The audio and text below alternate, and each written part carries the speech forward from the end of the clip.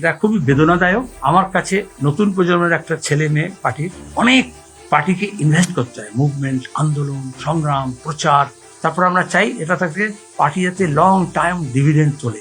সেখানে এই ধরনের একজন কর্মীকে হারানোর প্রশ্ন উঠলেও আমার কাছে সন্তান হারা হওয়ার সমস্যা। সন্তান তো রোজ বাবাকে বলেছে, বাবা আমি কাঁদছি, বাবা আমার ক্ষুধা পেয়েছে, বাবা আমার যন্ত্রণা হচ্ছে। যখন সন্তানের ক্ষুধা লাগে, বাবা তো সন্তানের মুখে দুটো ভাত তুলে দেয়। আমি ভাত না, আমি যেখানে বাবা হিসেবে সন্তানের মাথায় দুটো হাত বুলিয়ে দেবে। হাত তো দেননি, উল্টে সন্তানকে লাথি মেরে কিভাবে ঘর থেকে বের করে দিতে হয় সেই ব্যবস্থাই করেছে। উনি সন্তান তো হারাননি, উনি নিজে হাতে সন্তানকে খুন করেছে। কুমিরও তো কাঁদে, বাংলার প্রবাদ বাক্য যে কুমিরের মরা কান্না। কলার খোসার এই জন্য রাস্তায় পড়ে থাকলে তুলে নিতে হয়। আর তেমনি যদি কেউ কলার খোসায় হোক, বানের জলে হোক, যদি কেউ পড়তে যায়, সহযাত্রী সহমর্মী, তখন তাকে হাত বাড়িয়ে তাকে ধরতে হয়, তাকে বাঁচানোর চেষ্টা করতে হয়। অতল গহ্বরে যাতে তলিয়ে না যায় সেটাকে রক্ষা করার চেষ্টা করতে হয়। প্রতিকূলের ভিতরে যা ছিল সব খাওয়া হয়ে গেছে, আবার প্রতিকূল কলার খোসা জাস্ট এরকম করে ছুঁড়ে ফেলে দিলাম। তো উনি তো আমাকে ছুঁড়ে ফেলে দিয়েছেন। আসলে ছুটতে ছুটতে এটা দেখবেন না তো, কলার খোসার মধ্যে হয়তো আপনি একা পড়ে রইলেন, ভিতরে ক্রিমটা শেষ হয়ে গেল। আমাদের পার্টিতে গত 1.5-2 মাস থেকে কয়েকটা অভিযোগ আসে, আমরা জানতে পারি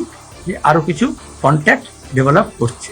তখন আমাদের পার্টির প্রক্রিয়া অনুযায়ী, গঠনতন্ত্র অনুযায়ী আমাদের নিজস্ব পদ্ধতিতে কিছু সিদ্ধান্ত গ্রহণ করতে হয়। কেউ কেউ নিজে জেতার জন্য কখনো হুমায়ুনের সঙ্গে বসতে পারেন, কখনো নওশাদ সিদ্দিকীর সঙ্গে বসতে পারেন, কখনো অধীর বাবুর সঙ্গে বসতে পারেন, নিজের ইমেজ বাঁচানোর জন্য, নিজে শুধুমাত্র সিটে জেতার জন্য। পশ্চিমবঙ্গে অন্য কেউ করলে দোগলাবাজ বলা হবে, পশ্চিমবঙ্গে অন্য কেউ কোথাও গেলে তাকে স্বার্থলোভী বলা হবে। মা গুনে বেটি আর আটা গুনে রুটি। মা যেমন হবে মেয়ে তেমন হবে, আটা যেমন হবে, রুটি নরম কিনা সেটা বোঝা যাবে। রতনে রতন চেনে, উনি চেনে হুমায়ুন আর শতরূপ। হোয়াটসঅ্যাপে গিয়েছিল গোপন চিঠি, আশা করা হয়েছিল জবাব, মিলল কি?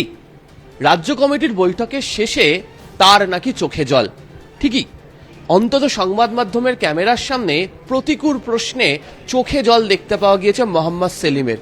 তুলনাও টেনেছেন সন্তানহারা পিতার মতো প্রতিকূলের চলে যাওয়ার প্রসঙ্গর উত্তরে। চোখে জল, সন্তানহারার কথা বলছেন, সন্তানহারা পিতার মনোভাবের কথা বলছেন এই মোহাম্মদ সেলিমই। সন্তান তো রোজ বাবাকে বলেছে, বাবা আমি কাঁদছি, বাবা আমার ক্ষুধা পেয়েছে, বাবা আমার যন্ত্রণা হচ্ছে। যখন সন্তানের ক্ষুধা লাগে, বাবা তো সন্তানের মুখে দুটো ভাত তুলে দেয়। আমি ভাত না, আমি যেখানে বাবা হিসেবে সন্তানের মাথায় দুটো হাত বুলিয়ে দেবে। হাত তো দেননি, উল্টে সন্তানকে লাথি মেরে কিভাবে ঘর থেকে বের করে দিতে হয় সেই ব্যবস্থাই করেছে। আজকে যে সংবাদ মাধ্যমের প্রশ্নের উত্তরে তার যে এই ধরনের মন্তব্য, সেটাকে কার সাথে তুমি তুলনায় টানতে পারো? কি মন্তব্য করেছে তো আমি দেখিনি, তবে এইটুকু বলছি, মানে উনি যে সন্তান হারানোর কথা বলছেন, উনি সন্তান তো হারাননি, উনি নিজে হাতে সন্তানকে খুন করেছেন। যে পিতা সন্তানকে খুন করে সেই পিতা বলে কি করে সন্তান হারানোর যন্ত্রণা? আজকে তিনি বলছেন সন্তান হারানো পিতার মতো গোটা বিষয়টি। তো ইনি পদাধিকার বলে যেখানে রয়েছেন, ইনি তো আপনার সাথে যোগাযোগ করতেই পারতেন। আমি তো সেই জন্যই বললাম। আচ্ছা ছেড়ে দিন, ধরো বলছেন তো সন্তান হারানো পিতার যন্ত্রণা অনুভব করছি। গতকালকের আপনাদের সংবাদ মাধ্যমের মাধ্যমে আমি দেখলাম, যখন আমার প্রসঙ্গ জিজ্ঞেস করা হয়েছে, উনি একটা কলার খসা দেখিয়েছেন। আজকেরও কোনো কলার খসা পিছলে পিছলে যাওয়ার কথা বলেছেন। আসলে উনি এটাই বলতে চেয়েছেন যে প্রতিকূলের ভিতরে যা ছিল সব খাওয়া হয়ে গেছে, আবার প্রতিকূল কলার খসা জাস্ট এরকম করে ছুঁড়ে ফেলে দিলাম। তো উনিই তো আমাকে ছুঁড়ে ফেলে দিয়েছেন। আসলে ছুটতে ছুটতে এটা দেখবেন না তো, কলার খোসার মধ্যে হয়তো আপনি একা পড়ে রইলেন, ভিতরে ক্রিমটা শেষ হয়ে গেল। কলার খোসা বলতে মনে পড়লো, অনেকে কলার খোসায় পা পিছলে যায়। এমনি একটু বৃষ্টি পড়লে কাদামাটিতে তো অনেকে পা পিছলে যায়, আবার সিঁড়িতে উঠতে উঠতে ঠিকভাবে পা না ফেললেও পা পিছলে যায়। পা পিছলানোর অনেক রকম সংজ্ঞা আছে, অনেক রকম নিয়ম আছে। যারা পা পিছলানো বা যারা ল্যাং মারাতে নিচিতে বিশ্বাস, ল্যাং মারলেও পা পিছলে যায়। তো ফলে যারা ল্যাং মারে তারা পা পিছলানো করবো, তারা ভালো বলতে পারে। আমি তো উপসঙ্গে জানি না, কি বলবো। আপনার তোলা একটা অভিযোগের প্রসঙ্গকে উনি খারিজ করে বলছেন সিপিএম এ নাকি কোনো লবিবাজি নেই। কিছু বলার নেই, তাহলে আমি যে কথাগুলো বলেছি উনি প্রমাণ করুক। নেই। আমি আবারও বলছি, সিপিআইএমে আমি লবিবাজির শিকার হয়েছি। সবাই জানে দক্ষিণ চব্বিশ পরগনা জেলাতে ভোটাভুটি হয়েছিল রতনদা, রাহুলদা, এবং রতনদা সেই জেতবার জন্য আমাকে প্রেশার দিয়েছিল রাহুল ঘোষের বিরুদ্ধে উল্টোপাল্টা বলতে হবে, খোকন ঘোষ দস্তিদারের বিরুদ্ধে উল্টোপাল্টা বলতে হবে, কান্তি গাঙ্গুলির বিরুদ্ধে উল্টোপাল্টা বলতে হবে। আমি বলিনি। এবং আমি বলছি, শোনো, মানে অনেকে প্রশ্ন তোলে না, এই দল থেকে ও দলে গেলে অনেক লোভে যাচ্ছে। আচ্ছা, ওই দলের অভ্যন্তরে যারা আনুগত্যহীন প্রশ্ন তোলে এবং প্রশ্ন তুলে পদ পায়, লোভী নয়? রতনদা পদ পেলেন, শ্রমিকদা দক্ষিণ চব্বিশ পরগনা জেলা সেলিমদের হাতে তুলে দেওয়ার জন্য গণশক্তির পত্রিকা সম্পাদক হলেন। আর যারা ওখানে হারলেন রাহুল ঘোষকে নির্বাসন দেওয়া হলো, খোকন ঘোষ দস্তিদারকে নির্বাসন দেওয়া হলো, কান্তি গাঙ্গুলির মতো বর্ষিয়ার নেতৃত্ব গাড়ি ভাড়ার পয়সা পায় না, তো কোথাও পানিশমেন্ট পোস্টিং হচ্ছে না তো।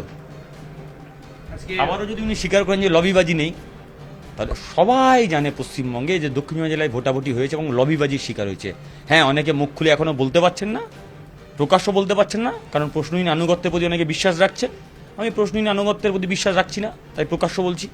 আজকে উনি বলছেন যে ব্র্যান্ডের কথা, যে ওনাকে প্রশ্ন করা হচ্ছে প্রতিকুর রহমান নিয়ে, এটাই নাকি আপনার ব্র্যান্ড। কমিউনিস্ট পার্টি কোনো ব্র্যান্ড নাকি? আমি যখন কমিউনিস্ট পার্টিতে যখন ছিলাম, আমার সদস্যপদ ছিল 5 টাকা, ওনারও সদস্যপদ 5 টাকা, আমি যতটুকু জানি। এখন তো মনে হচ্ছে ওনার সদস্যপদ 500 কোটি টাকাও হতে পারে, কিন্তু কমিউনিস্ট পার্টিতে কোনো ব্র্যান্ড থাকে না। আর যারা ব্র্যান্ডের কথা বলে, যারা ব্র্যান্ড ভ্যালুর কথা বলে, এখন তো মনে হচ্ছে ওনার নিজস্ব ব্র্যান্ড। সেই ব্র্যান্ডে কোনো ইউটিউবার নেতা থাকতে পারে, কোনো ফ্রেমে বসানো নেতা থাকতে পারেন, তো ফলে উনি ওনার ব্র্যান্ড তৈরি করেছেন। কমিউনিস্ট পার্টি কোনো ব্র্যান্ড নয়, আমি যতটুকু শিখে এসেছি। হ্যাঁ, উনি আসার পরে ব্র্যান্ডে পরিণত করেছে, সেলিম ব্র্যান্ড। এক কথায় উত্তর চাইব, সেলিমের চোখে জলকে এক কথায় কি উত্তরে দেবে প্রতিকুর? কুমিরও তো কাঁদে, বাংলার প্রবাদ বাক্য যে কুমিরের মরা কান্না। শেষ প্রশ্ন, উনি আজকে বলেছেন যে তোমার পদত্যাগপত্র গৃহীত হয়েছে, ব্যবস্থা কি হবে সেটা পরে দল জানাবে। আপনার তো তাহলে অন্য কোথাও যেতে তাহলে আর বাধা নেই, রইল না। প্রথম কথা হচ্ছে উনি গৃহীত করলেন কি না করলেন এখন এই মুহূর্তে বলে তো কোনো লাভ নেই। আমি ওখানে দিয়েছি আমি অব্যাহতি নিলাম, আমাকে অব্যাহতি দিন আমি বলিনি, শব্দটা আবারও পড়বেন, আমি অব্যাহতি নিলাম। তো ফলে উনি রাখলো কি না রাখলো কি যায় আসে? আমি তো কথা বলতে চেয়েছিলাম বারবার। রাজ্য কমিটি দীর্ঘদিন ধরে টানাপোড়েন করলেন, মিটিং করলেন, তারপরে বললেন পদত্যাগপত্র গ্রহণ করা হলো। আমি এখন একটা ফর্মালি অফিসিয়ালি প্রতিকুর রহমান একজন সাধারণ সাধারণ নাগরিক। সাধারণ নাগরিকের রাজনৈতিক পরিচয় খুব শিগগিরই বদল হবে, হতে পারে, কারণ আমি আপাতমস্তক রাজনীতির লোক, ভবিষ্যতে রাজনীতির ময়দান থেকে সরে যাব এরকম কেউ কোনোদিন কোথাও মাথার দিব্যি দেননি। কেউ নিজে জেতার জন্য কখনো হুমায়ুনের সঙ্গে বসতে পারেন, কখনো নওশাদ সিদ্দিকীর সঙ্গে বসতে পারেন, কখনো অধীরবাবুর সঙ্গে বসতে পারেন, নিজের ইমেজ বাঁচানোর জন্য, নিজে শুধুমাত্র সিটে জেতার জন্য। পশ্চিমবঙ্গে অন্য কেউ করলে দোগলাবাজ বলা হবে, পশ্চিমবঙ্গে অন্য কেউ কোথাও গেলে তাকে স্বার্থলোভী বলা হবে। ফলে মা গুনে বেটি আর আটা গুনে রুটি, মা যেমন হবে মেয়ে তেমন হবে, আটা যেমন হবে, রুটি নরম কিনা সেটা বোঝা যাবে। তো ফলে আমার যেখানে স্কুলিং হয়েছে, আমি যা শিখে এসেছি, আমার মতো সেটা রিফ্লেকশন হবে। আমাকে যা স্কুলিং করানো হচ্ছে আমি সেটাই শিখছি। উনি বলছেন রতন চেনে। উনি যখন জানতে পেরেছেন তখন দেখা যাচ্ছে আপনার সাথে অন্যদের নাকি কন্ট্যাক্ট অনেক বেড়ে গেছে, উনি সবগুলো আজকে অভিযোগ করে বলেছেন। রতন চেনে, উনি চেনে হুমায়ুন আর শতরূপ, এর বেশি কি বলবো? আলটপকা মন্তব্য করে দিলেই হলো। আমি তো বলতে পারি উনি চেনে হুমায়ুন আর শতরূপ, উনি চেনে নিজের সিট।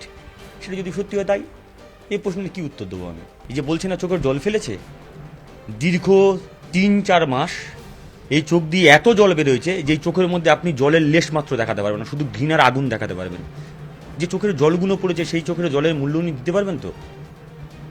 প্রশ্ন থাকলো ওনার কাছে, বিবেককে প্রশ্ন করবে। সেলিমের চোখের জলের পাল্টা উত্তর প্রতিকুর বলছেন জবাব দিয়ে দেবেন, এবং সেই জবাব রাজনৈতিকভাবেই হয়তো তিনি দেবেন শীঘ্রই। সামনে একাধিক রাজনৈতিক পথ অবশ্যই খোলা থাকছে, তার কারণ তিনি আপাদমস্তক রাজনৈতিক ব্যক্তিত্ব। তবে খুব শিগগিরই কি সিদ্ধান্ত তিনি গ্রহণ করতে চলেছেন তার উপরেও রাজনৈতিক মহলে নজর থাকছে। তবে গোটা বিষয়কে ঘিরে বিশেষত মোহাম্মদ সেলিমের যে চোখে জল, তাকে কুম্ভীরাশ্রু বলে কটাক্ষ করতেও ছাড়েননি প্রতিকুর রহমান। ক্যামেরা অসিত দাসের সাথে আবির ঘোষাল, নিউজ 18 বাংলা, কলকাতা।